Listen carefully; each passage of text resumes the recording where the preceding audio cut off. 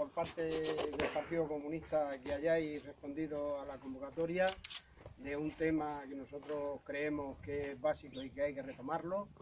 36 años después de la Constitución es lamentable que las víctimas del franquismo sigan perdidas en las cunetas y el gobierno sin hacer absolutamente nada.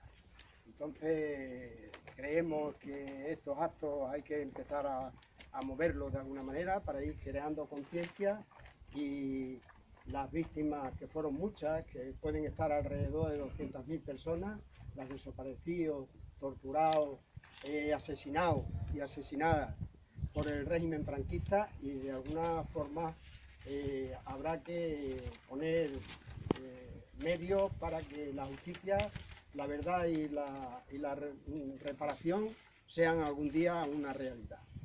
Es cierto que a medida que va pasando el tiempo será cada día más difícil de que esto se haga realidad, de que los familiares de las víctimas conozcan la verdad, de que se haga justicia contra tanta destrucción franquista como existió, y que haya una reparación al daño causado. Yo le voy a dar a Pepe la palabra para que intervenga en términos históricos, porque coincide que hoy, que por eso lo hemos hecho, un homenaje a todas las víctimas, pero sobre todo aprovechando el aniversario del fusilamiento de 3 jóvenes de las Juventudes Comunistas en el día de hoy. Hace hoy justamente 78 años. No era Feliciano García Casares, otro era Antonio Trujillo Redondo, y el tercero era Romualdo Sánchez Pérez. Y Ángel Bacalasura. Pero no coincidió. Cuatro. Bueno, 4. Bueno, pues le doy la palabra a Pepe, que es la autoridad en este sitio. Bueno, pues llega la autoridad competente. A ver, yo les dije, pues, con camaradas y amigos de la agrupación, que estamos colaborando con otras organizaciones, ¿no?, de explicar algunas cuestiones de lo que ocurrió con la represión en Cáceres, ¿no? Lo que te queda claro, y lo vamos viendo, que fue una represión política, o sindical. No fue que alguien tenía una tienda al lado y quería quitársela, ¿no? O sea, que tenía unos fines. Ya vamos sabiendo bastante aproximadamente datos de lo que es la ciudad de Cáceres, ¿no? Sabéis que aquí se asesinan unas 500, tenemos referenciado unas 527 personas, puede aparecer alguna más, a los 150 que murieron en prisión, pero no eran todos de la ciudad de Cáceres, eran de la provincia de Badajoz, incluso de otras provincias de España. Lo que sí vamos sabiendo que en Cáceres por lo menos ya hay 96 personas que eran vecinos de Cáceres cuando se dio el golpe de Estado, el golpe militar. A la sublevación y el alzamiento y esos rollos que nos cuentan algunos todavía, ¿no? Y lo que hay que saber es qué era el PC en la ciudad en ese momento, ¿no? El Partido Comunista se había constituido en el año 32 en la ciudad, era un grupo pequeño comparado con otros como podía ser el Partido Socialista. Aquí no había anarquistas en la ciudad de Cáceres, pero la gran organización que había en Cáceres era la Federación Local de la UGT, que llegaba a tener 3.000 afiliados, estamos hablando de sindicatos. El Partido Comunista se va desarrollando, como digo, tenía muy poca fuerza quizás electoralmente. Para que os hagáis una idea, pues me parece que sacó unos 60 y tantos votos en las elecciones de noviembre del 33, frente al PSOE que sacó unos 3.000. Pues no, ¿qué ganó la derecha en el 33 en la ciudad de Cáceres? El centro derecha. Lo que es importante es cómo a partir del 35 y 36 el Partido Comunista se va a convertir en una gran organización política en la ciudad. Y esto os digo que es novedoso, porque esto se va a publicar seguramente la semana que viene. ¿Por qué digo esto? Con el cambio de estrategia del propio Partido Comunista y de la Internacional Comunista, que es de quien depende, el Partido Comunista es la sección de un partido mundial, la Internacional Comunista, y con el Frente Popular, el Partido Comunista se dispara la afiliación. Para que hagáis una idea, yo he manejado siempre en la época de la República como muchos 100 afiliados entre Juventud y Partido Comunista, y aquí estamos hablando que el Partido Comunista en julio del 36 seguramente que rondaba los 225, 250 afiliados. Lo digo porque tenemos datos. Ese era el Partido Comunista. Y como toda organización política tenía su organización interna. ¿Por qué digo esto? Precisamente el día 19 de julio del 36 es cuando en Cáceres está habiendo un referéndum popular, ¿eh? Se está votando si se trae las aguas a Cáceres, pero a la vez está teniendo lugar la primera conferencia provincial del Partido Comunista en la provincia. Coincidió ese día, era un proceso congresual a nivel estatal que terminaba en agosto del 36, pero ese día cuando salen del cuartel, cuando dan el golpe en Cáceres y se van a la Plaza Mayor, ¿de acuerdo? Eso llega a oídos de las personas que están en el Congreso y no se le ocurre un grupo, no solo de la juventud, había algún dirigente de ese partido que, como digo, unos 225 afiliados, un comité local y 10 células por la ciudad, que era como se estructuraba. Bueno, pues hay un grupo de unas 10 o 12 personas que salen de la reunión que está donde estaba haciendo la conferencia provincial, al final del Camino Llano, Las Chimeneas, en la calle de Pacheco, me parece que es. Bueno, pues salen, van a San Francisco, pasa por allí la camioneta que tenía la Diputación que llevaba el pan a los chavalines que estaban en el hospicio, cogen la camioneta y se vienen aquí detrás de la audiencia porque eso era la antigua cárcel. La cárcel provincial estaba detrás de la audiencia. Ahí hay guardias civiles porque se rumoreaba que iban a soltar a los falangistas que estaban detenidos. La falange se había puesto fuera de ley en marzo, abril, y había un grupo importante. Los reciben a tiros, detienen a un grupo y dentro de ese grupo están las cuatro personas o 4 miembros de las Juventudes Comunistas que, curiosamente, una semana antes se habían unificado con las Juventudes Socialistas en la ciudad de Cáceres, a nivel provincial. Eran ya de la JSU, pero eran personas que habían estado siempre, si no las juventudes muy cercanas, yo tengo duda alguno, pero desde luego eran muy cercanas. Así, este es el primer conato que hay de oposición al golpe en nuestra ciudad, que dicen que no pasó nada. Así, los comunistas, un grupo de comunistas de 10 o 15, se opusieron al golpe. Y otros grupos están en la aldea Moret, que son afiliados a la UGT y al PSOE. Digo que ese es el otro conato de pequeña oposición. Más o menos hay 1000 soldados, digo para que nadie nos diga, hay que cobardes, se fueron como conejos. No, es que enfrentarte a 1000 soldados, tú que no tienes nada, pues no mejoras. ¿Qué pasa a partir de ese momento? A partir de ese momento, la gente, incluso los que estuvieron algunos en el Congreso, huyeron. Digo, por ejemplo, algún dirigente, Antonio Domínguez, que era el secretario local, podríamos decir, de la agrupación, Máximo Calvo, huyeron de Cáceres, pero otros se quedaron. ¿Y qué es lo que va a ir ocurriendo a partir de ahí? Van a ir deteniendo, sobre todo, a los dirigentes locales. Esas células tenían un responsable. Y lo que va a ocurrir es que el día 22 de agosto, antes ha pasado algunos de estos detenidos, van a salir y los van a coger, ponen un papel que le dan la libertad, pero realmente lo que hacen es pasearlos, ¿sabes lo que es? Los cogen, los llevan cerca de Guadiloba, bueno, tenéis algún ejemplo por ahí, en la carretera Arroyo Alcázar, y los matan gente de Falange, pero también gente de la Guardia Civil, y hay militares por medio. Pero para que no creamos que esto fue todos los falangistas, no, eran los militares, los que dejaban a los falangistas actuar, ¿eh? Para que ¿no? Ahí tenéis el caso de uno de los Trujillo, creo que hay varios casos. Pero el día 22, y esta es la fecha también importante para la historia del PC y de las víctimas republicanas que eran de ideología comunista, el día 22 va a haber, antes ha habido sacas, se han llevado a gente del Partido Socialista y de la dirección local del Partido Socialista y de la UGT también, pero el día 22 la saca de los dirigentes del Partido Comunista. Ahí es donde va a estar, por ejemplo, Bru Casanova. Rafaela Bru Casanova, que es la madre de Blanca, que sabéis que ha sido la presidenta de AMEFECA y todo. Pero también hay más que los tenéis en la hoja que creo que han distribuido. Esa es una fecha que yo creo a tener en cuenta, el 22 de agosto, en la historia del Partido Comunista en Cáceres. Y esos sí son paseados, incluso la mayoría de sus cuerpos no aparecen porque se los llevan al puente del Tajo. Ahí sabéis que los mataban, los tiraban al río y no aparecieron sus cuerpos. Y después, la otra fecha va, estos chavales que habían detenido en la puerta de la audiencia detrás, ¿no?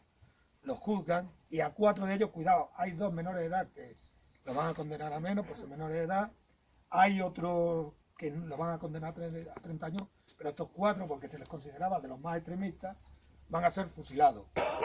El cargo es rebelión militar, para que veáis la justicia esa al revés que se hablaba, ¿no?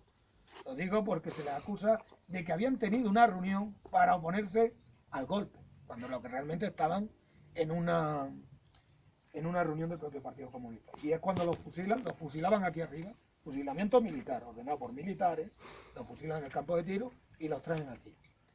Hay una hermana, hay 2 hermanas de estos 4 que estoy hablando, pero hay una hermana que sí sabe más o menos dónde están enterrados aquí, ¿eh? Eso Eso están en fosa común. Para que lo entiendan. Es decir, y después lo que vais viendo, por lo que se os ha entregado, pues ahí. Aquí hubo una redada en el 37 que detuvieron a antiguos afiliados al PC. Ya estamos en Franco aquí, el franquismo instalado, ¿no? Y uno muere en la prisión.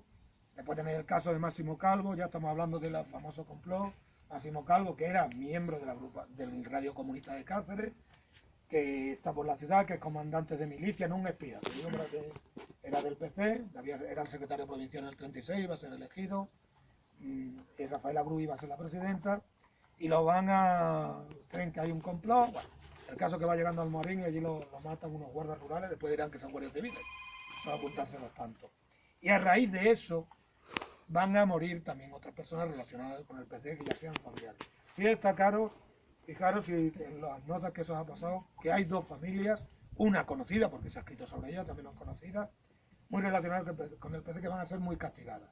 Si os estoy hablando de 96 personas, 5 fueron los Vilabru, digo que los Bru, Vilabru. Son 4 hermanos y el marido de Rafaela.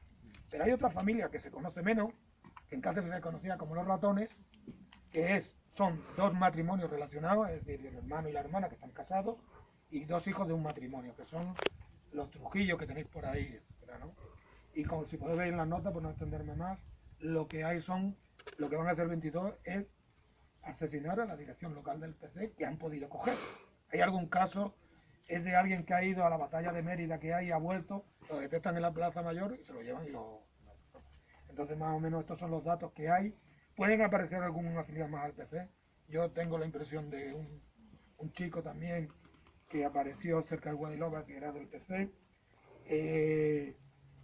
La verdad es que el PC desaparece de la ciudad. Y por lo menos yo, aunque alguien me ha hablado que en los años 50 podía haber algo, hasta la década de los 60 el PC no vuelve a aparecer en esta ciudad. En la clandestinidad, un grupo muy pequeño, y ya será sobre todo a principios de los 70 con el grupo universitario, cuando el PC, y yo creo que aquí hay gente que lo conoce, vuelve a estar en esta ciudad. Y bueno, la legalización del PC, pues sabéis, en la Semana Santa del 77 ya el PC es un partido que se conoce aquí en la ciudad, y bueno, eso ya ahora lo dejo. Pero yo creo que es muy importante saber esto, digo, este conocimiento, y por lo menos los que estáis aquí, la propia organización, que lo dé a conocer. Como digo, hay familiares, acá ha llegado información, me imagino, y bueno, se trata de que se reconozca esa represión de carácter militar y sobre todo con fines políticos. ¿Te parece? Vuelvo a decir que el que le quitó la vaca por eso le mataron, que es mentira. Que eso es un discurso del franquismo que ha calado incluso en gente de izquierda, ¿eh? Es decir, Rafaela Bru Casanova murió de un tiro porque iba a ser la presidenta del Partido Comunista en la provincia de Cáceres, y porque resulta que era la secretaria femenina del PC y era afiliada al PC. Digo, ese ejemplo como los otros 10 que tenéis, o las otras 7 personas, que yo digo, más o menos podéis considerar que unas 20 personas de esas 100 más o menos eran del PC. Creo que es importante que sepáis esto, porque yo he estado en actos aquí donde se ha llegado a decir que de una organización eran todos, ¿no? Bueno, hay que ir aclarando estas cosas y después cada cual que haga políticamente lo que desea. Y muchas gracias. Eso es lo que tenía que decir como historiador.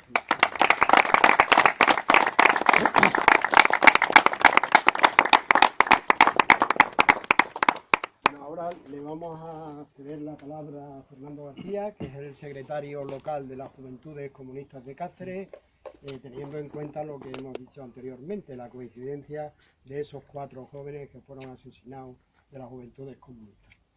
Fernando, una palabra. Primero quería agradeceros a todos y a todas el haber venido aquí hoy, porque la verdad que para todos nosotros y nosotras significa mucho, ¿no? Y antes de pasar a leeros unas palabrinas que he escrito esta mañana para que no se me pasara nada de lo que quería decir, quería dar un pequeño cambio del discurso. Es decir, yo creo que tenemos que perseguir un poco el discurso este que se ha dado siempre, de decir, fue una guerra entre hermanos que surgió pues, porque había 2 Españas, se llevaban mal y que se liaron a tiros. Eso no pasó así. Lo que pasó fue un gobierno democrático, progresista, que bueno, resultó que había un grupo de militares y oligarcas que eso no les parecía bien y se rebelaron contra ese mismo gobierno.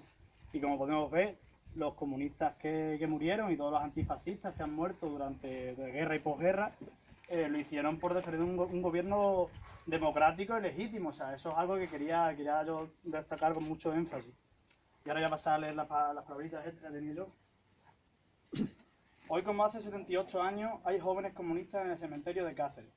Pero esta vez es para señalar el heroico sacrificio de la que fue prácticamente la única resistencia que los fascistas se encontraron en Cáceres.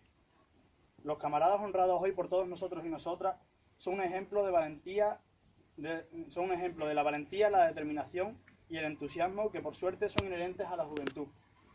La mentalidad de la juventud combativa y organizada de hoy en día sigue el mismo camino que marcaron con su vida tantos camaradas, compañeros y compañeras muertas en la lucha contra un sistema injusto que da más a quien más tiene y que le quita lo poco que tiene a quien no tiene nada. Nosotros y nosotras, en este caso hablo como jóvenes comunistas, seguimos dedicando nuestras vidas a la lucha contra las desigualdades y sobre todo contra quienes las provocan.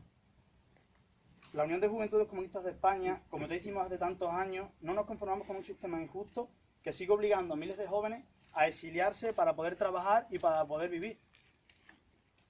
Por suerte y por el trabajo y el esfuerzo que se realiza, cada vez más jóvenes toman conciencia y se organizan como Juventud Comunista. Además, entienden que con ello es necesario que se luche de manera coordinada contra las políticas que nos recortan fragmentos de vida día a día. Al igual que vieron los camaradas del 36, hoy honramos, vemos necesario que se conforme un frente popular que acabe contra la tiranía de quienes tienen tanto dinero y poder que gobiernan España sin necesidad de presentarse a elecciones. Por eso seguimos honrando día a día a estos camaradas y a todos los compañeros y compañeras que sacrificaron su vida por defender un país que se mereció un futuro mejor que el que tenemos. Por todo ello seguimos luchando y por todo ello les honramos hoy. La lucha sigue. Muchas gracias.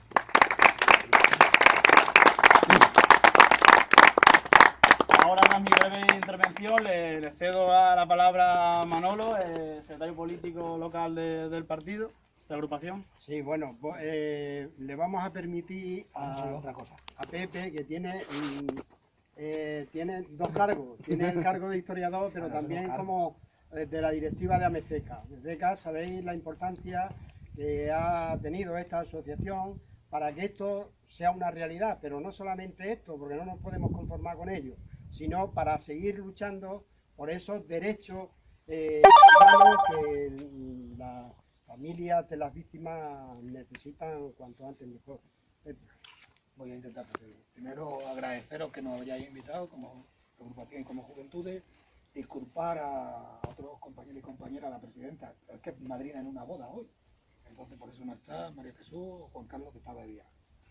Desde Amezeca, como ha dicho Manolo, el objetivo era ese, es decir, tener los nombres.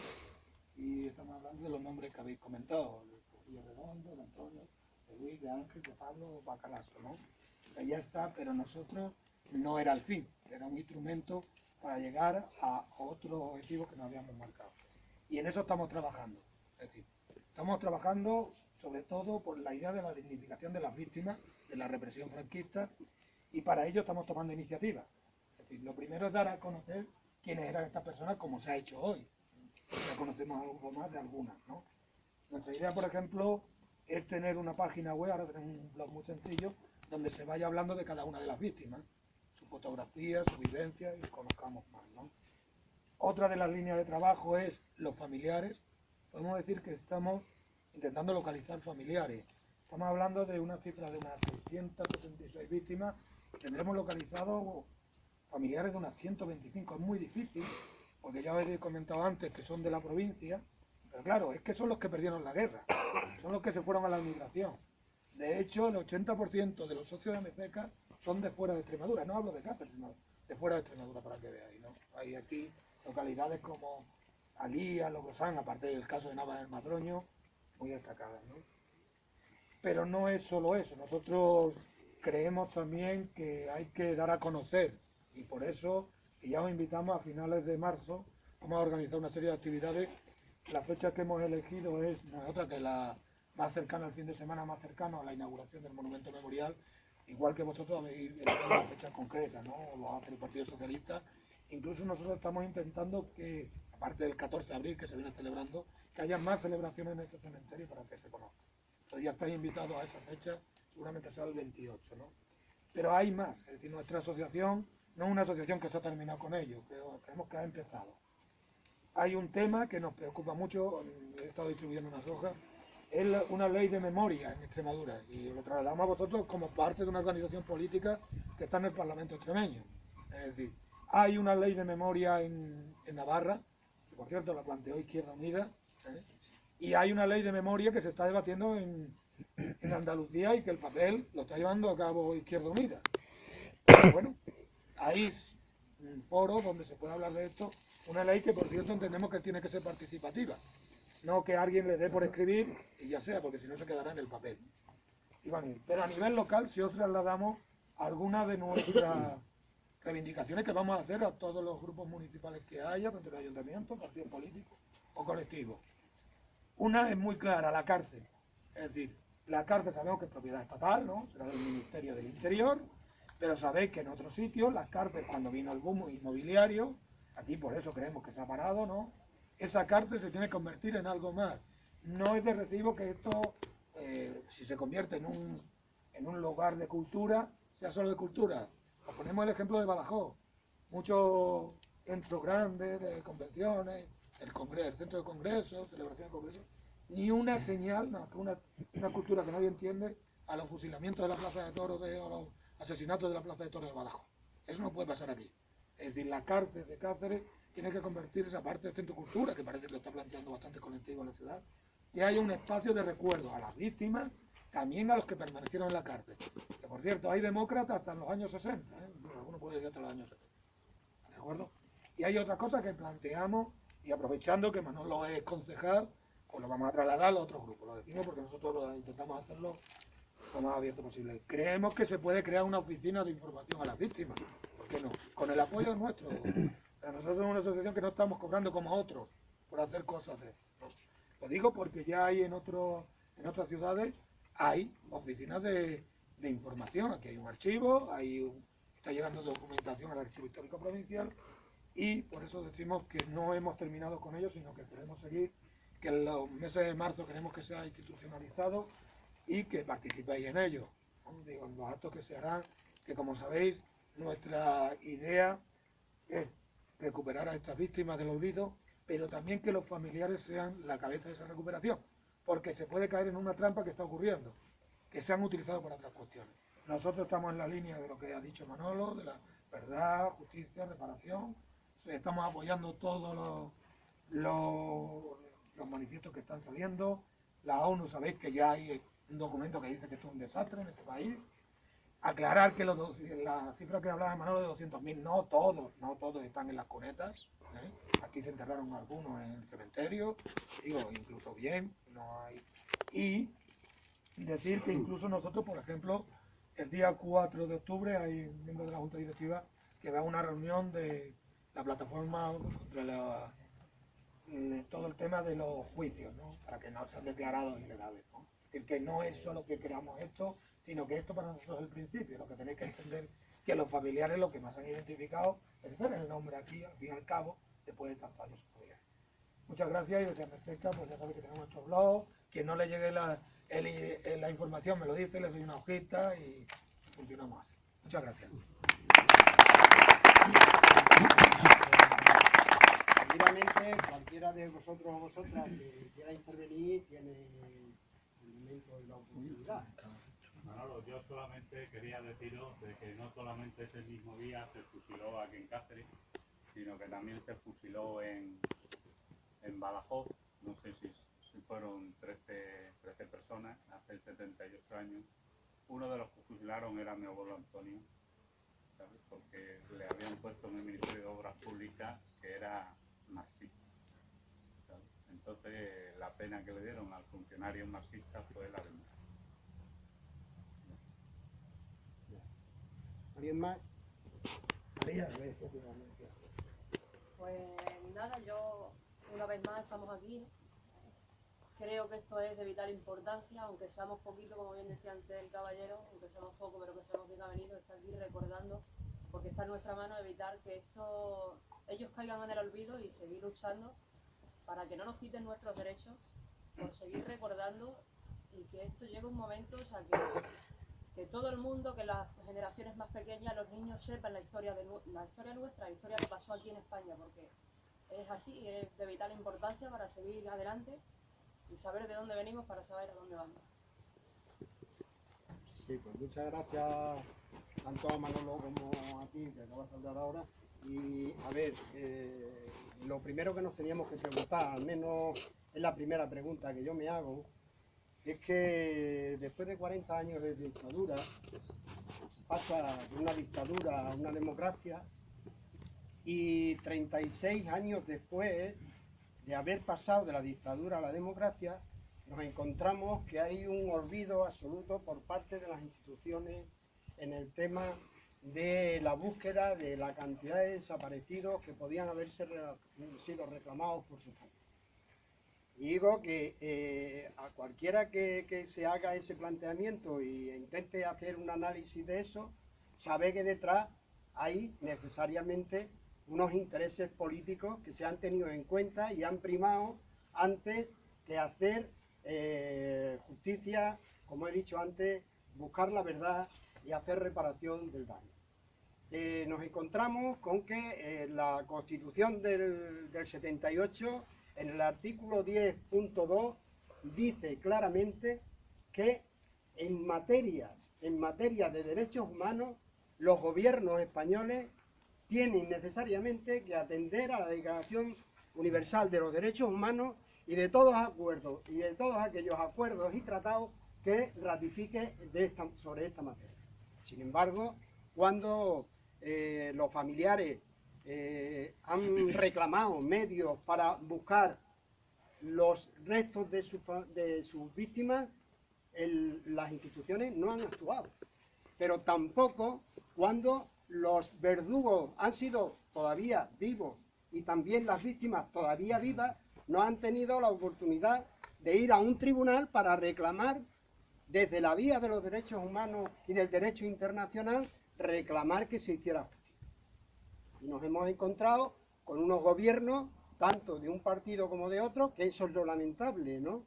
Porque si en el 36 había un gobierno totalmente democrático que sale de las urnas, y ahí estamos muchos, que luego en el 78 esos muchos se hayan quedado tranquilos y callados y nos hayamos quedado. Voy a decir porque es verdad, Manolo, si aquí no se trata de que contemos los muertos, aquí se trata de poner reparación a esa barbaridad que se cometió durante 40 años, tanto en la guerra civil, porque hablar de Cáceres como guerra, no, porque el 19 o el 18 justamente de julio estaba ya del bando de Franco. Entonces todo lo que se hizo en Cáceres sería franquista, no era del enfrentamiento de hermanos, como ha dicho Fernando.